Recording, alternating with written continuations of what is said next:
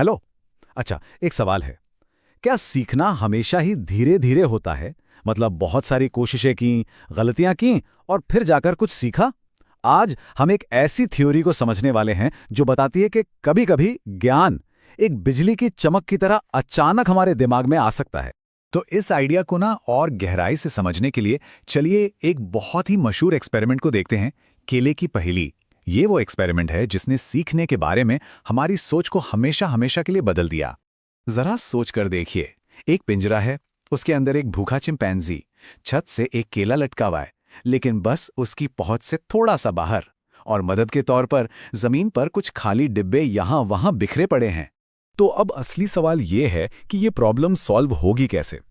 Chimpanzee ने पहले तो खूब उछल कूद की, बहुत कोशिश की केले तक पहुंचने की, लेकिन हर बार नाकाम रहा।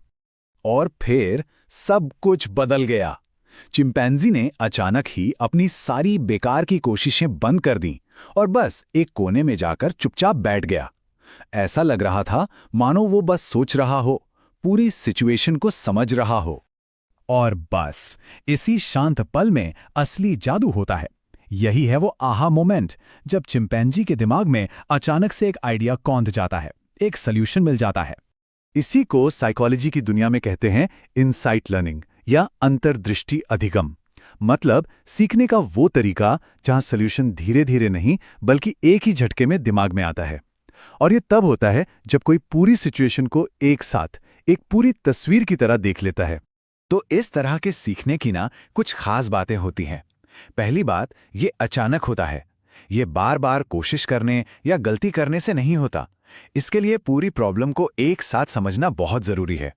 और सबसे कमाल की बात, इस तरह से सीखी हुई चीज दिमाग में पक्की हो जाती है, परमानेंट। और तो और, इस नॉलेज को नई नई सिचुएशंस में भी इस्तेमाल किया जा सकता है। तो भाई, इस जबरदस्त एक्सपेरिमेंट के पीछे दिमाग किसका था? वो थे वुल्फगैंग कोहलर। और उन्होंने साइकोलॉजी की जिस सोच को आगे बढ़ाया उसे हम गेस्टाल्ट साइकोलॉजी के नाम से जानते हैं।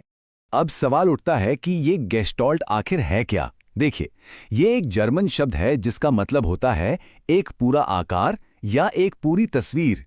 इसका सीधा साधा मतलब ये है कि हमारा दिमाग चीजों को टुकड़ों में नहीं देखता, वो हमेशा पूरी पिक्चर को एक साथ देखता है। गेस्टाल्ट साइकोलॉजी का जो सबसे बड़ा मंत्र है वो इसी लाइन में है, संपूर्ण उसके भागों के योग से अधिक होता है। मतलब कोई भी पूरी चीज अपने अलग अलग हिस्सों के जोड़ से कहीं ज्यादा होती है। जैसे उस चिंपैंजी ने डिब्बों और केले को अलग अलग चीजों की तरह नहीं देखा, बल्कि एक ही प्रॉब्लम के हिस्सों की तरह देखा और सॉल्यूशन निकाल लिया। तो कोहलर की ये नई थ्योरी उस जमाने में चल रही सीखने की दूसरी थ्योरी से कितनी अलग थी? चलिए एक छोटा सा कंपैरिजन करते हैं। यहां आप साफ साफ फर्क देख सकते हैं। एक तरफ है थॉर्नडाइक का ट्रायल एंड एरर वाला तरीका, जहां सीखना धीरे धीरे होता है, बार बार एक ही चीज को दोहराने से। और दूसरी तरफ है कोहलर की इनसाइट वाला, जहां सीखना अचानक होता है, इंटेलिजेंस और समझ से। और हां, जो लोग टीचिंग एग्जाम्स की तैयारी कर रहे हैं उनके लिए ये कंपैरिजन बहुत बहुत जरूरी है। चलिए ठीक है, ये थ्योरी और एक्सपेरिमेंट तो समझ आ गया, लेकिन इसका हमारी क्लासरूम्स में क्या काम है? असल जिंदगी में इसे कैसे इस्तेमाल कर सकते हैं? देखिए, गेस्टाल्ट प्रिंसिपल्स को क्लास में लागू करने के लिए टीचर का रोल बिल्कुल बदल जाता है। टीचर अब सिर्फ लेक्चर देने वाला नहीं, बल्कि एक गाइड, एक फैसिलिटेटर बन जाता है। यहां सीधे सीधे जवाब नहीं दिए जाते, बल्कि हिंट्स दिए जाते हैं। रट्टा मारने की जगह प्रॉब्लम सॉल्विंग स्किल्स को बढ़ावा दिया जाता है। और सबसे जरूरी, प्रॉब्लम को हमेशा पूरी तरह से स्टूडेंट्स के सामने रखा जाता है, टुकड़ों में नहीं।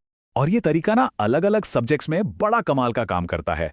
जैसे मैथ्स में स्टूडेंट्स को सीधे फॉर्मूला बताने की जगह उन्हें प्रॉब्लम का पूरा स्ट्रक्चर समझने में मदद की जा सकती है। साइंस में एक्सपेरिमेंट्स और ऑब्जर्वेशंस के जरिए खुद से चीजें खोजने के लिए मोटिवेट किया जा सकता है।